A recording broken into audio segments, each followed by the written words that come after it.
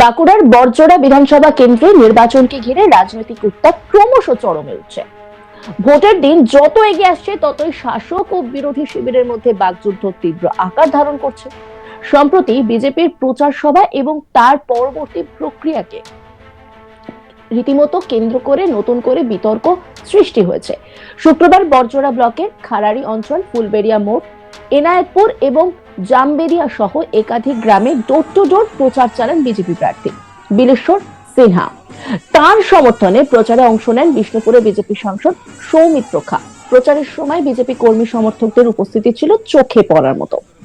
প্রচার কর্মসূচি শেষ হওয়ার পর সাংবাদিকদের মুখোমুখি হয়ে তৃণমূল কংগ্রেস প্রার্থী গৌতম মিশ্রকে কড়া ভাষায় আক্রমণ করেন সৌমিত্র খা।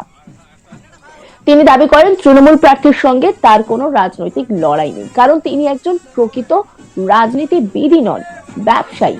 একই সঙ্গে তিনি অভিযোগ করেন সংশ্লিষ্ট প্রার্থী এলাকায় একজন বড় মাফিয়া হিসেবে পরিচিত।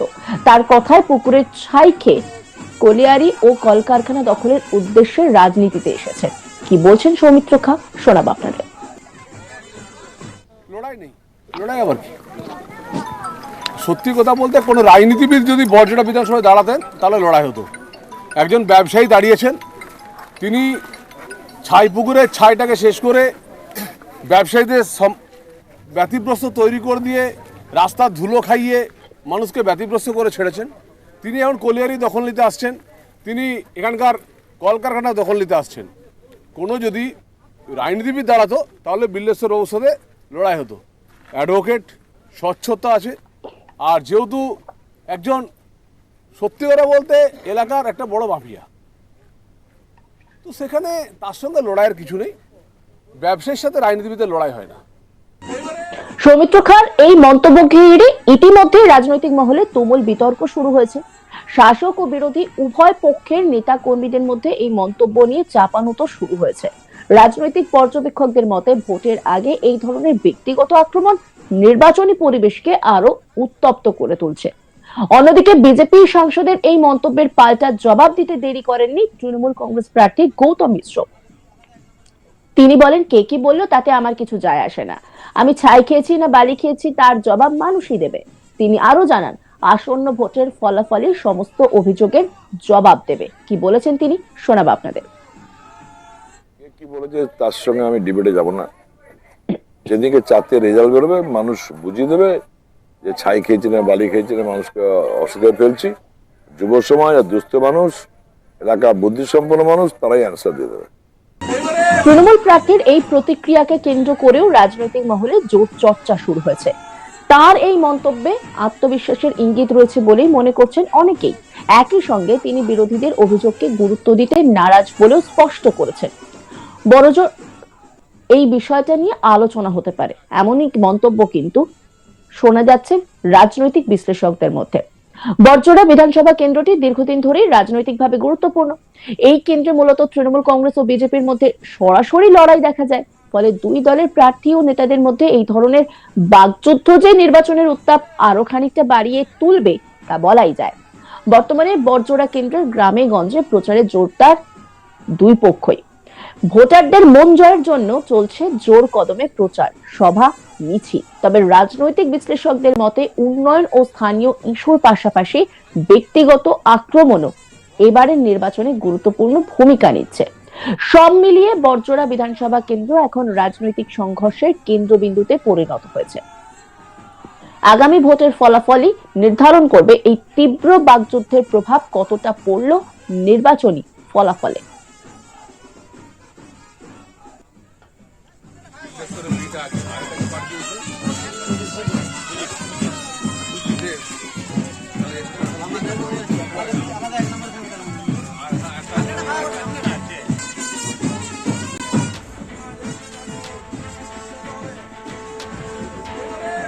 এই নিয়ে একটি রিপোর্ট তুলে ধরেছেন আমার কলিগ নির্ভীক চৌধুরী, দেখাবো আপনাদের।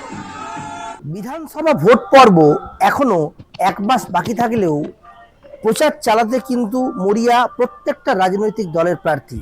বাম ডান রাম প্রত্যেকটি রাজনৈতিক দলের প্রার্থী তাদের বিধানসভা কেন্দ্রের বিভিন্ন অঞ্চলের বিভিন্ন বুথে বুথে প্রচার চালাতে মরিয়া।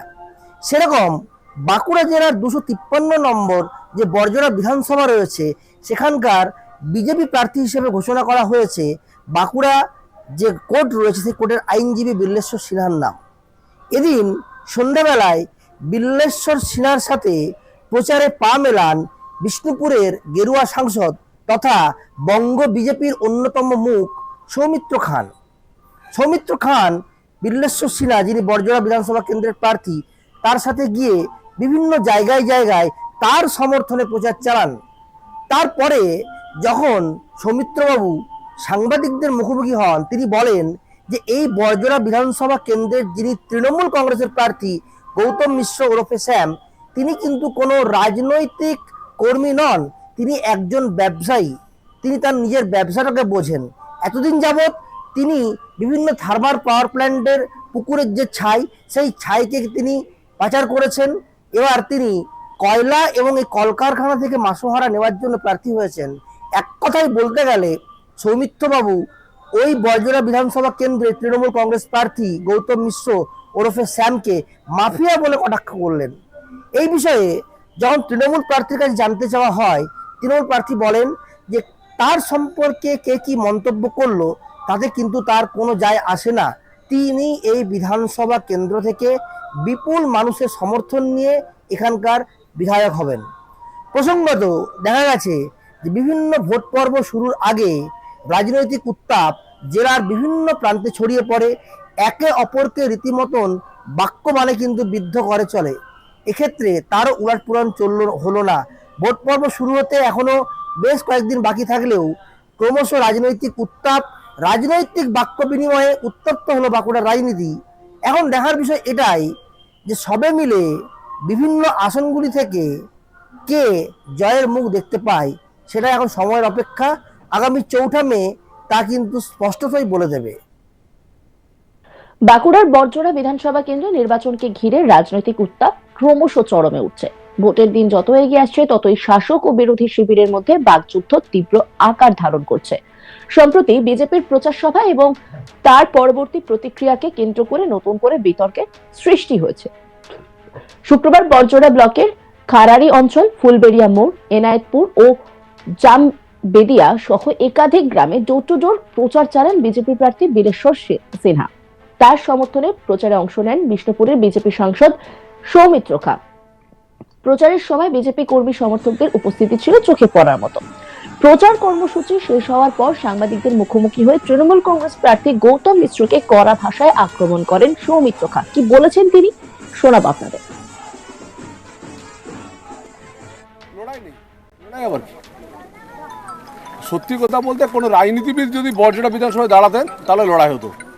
একজন ব্যবসায়ী দাঁড়িয়েছেন, তিনি ছাই পুকুরের ছাইটাকে শেষ করে ব্যবসায়ীদের ব্যতিগ্রস্ত তৈরি করে দিয়ে রাস্তার ধুলো খাইয়ে মানুষকে ব্যতিগ্রস্ত করে ছেড়েছেন। সৌমিত্র খান এই মন্তব্য ঘিরে ইতিমধ্যে রাজনৈতিক মহলে তুমুল বিতর্ক শুরু হয়েছে। শাসক ও বিরোধী উভয় পক্ষের নেতাকর্মীদের মধ্যে এই মন্তব্য নিয়ে চাপানোতর শুরু হয়েছে।